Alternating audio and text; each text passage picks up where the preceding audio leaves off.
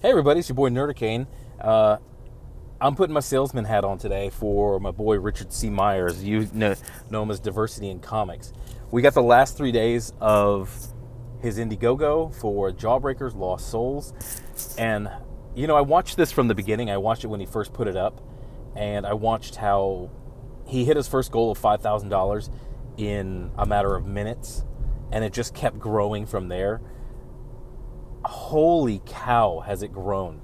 We are up around probably 115,000, which is amazing.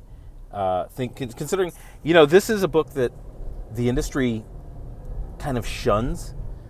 It's a normie book made by a normie for normies, and we get so little of it. Here's the thing about Jawbreakers. It's a shot across the bow of the industry in current year 2018. But if this were current year 1997, this would just be background noise. It would just fall down the memory hole. Because in 20 years, the industry has gotten so crazy and so far left that we have books by sick perverts like Michelle Perez, government name Marvin Johnson, getting published at Image, at probably the third, they are the third largest comic book studio in the world. So that's kind of what makes Jawbreakers a big deal. There's really nothing hugely flashy about it. It's not done by Jim Lee.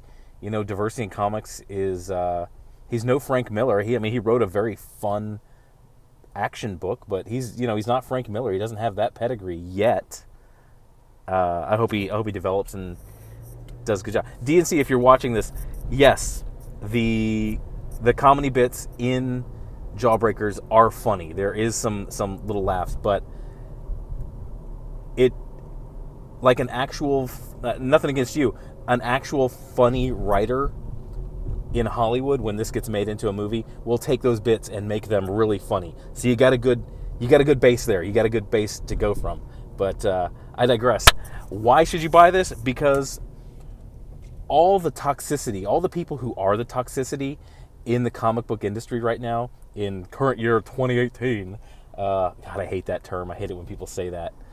It's usually followed by some stupid platitude that is already standard in society, but they think is like not out there. But anyway, it's a shot across the bow of all those people, especially Kwanzaa, who had less backers and raised less money. And still, Kwanzaa, point at you. You still haven't fulfilled all of your backer support perks. I don't know what it's called. Looking at you. Maybe you can get B. Clay Moore to come help you. Well, that's probably not a good idea, considering B. Clay Moore took $20,000 from fans and gave them nothing. And Kwanzaa, if you're listening, which you're probably not, I guarantee you DNC is going to have his perks out before you get yours.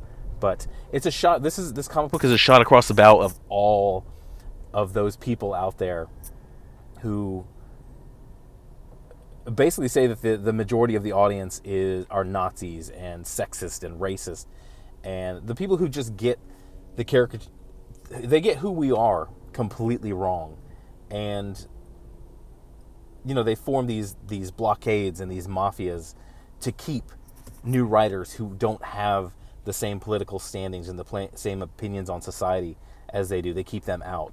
Right now, as it hit over 100,000, there is no way the brass at DC or Marvel can ignore this, because this is, like I said before, this is a normie comic made by a normie for normies, and it's gotten zero press. It's gotten zero push from the comic book quote-unquote media, and yet this is all fan push. This is all promoted by DNC, and no DNC, you have not overpushed this. You have probably pushed it. You probably haven't pushed it enough, if you ask me. But I used to sell cars, so I'm kind of used to heavy push. But if you haven't bought this, if you haven't supported this, you should, because hopefully, and I really hope this hits 125,000. I really, really hope that this is a signal. This is pop and smoke for the industry, saying there are people out there who want these books. They want to read books like this. There's a market for it. Selling sub 20,000 on a book at Marvel is absolutely unacceptable when some normie who's never written at a major company before has raised 125,000 for an indie book that's basically the Avengers meets the Expendables. So that's my sales pitch. You should buy. You should support this if you haven't already. If you have, retweet, help push this over the last couple days. I am really curious as to see where this ends up. I'm very excited for it. I'm very excited for you, Richard, and John Malin and EVS, everybody involved in this. What a glorious ride this has been, and I hope this marks a turning point in the industry. A very unhealthy industry can go back to being very healthy and very, you know what, I'll say it, very inclusive to everybody.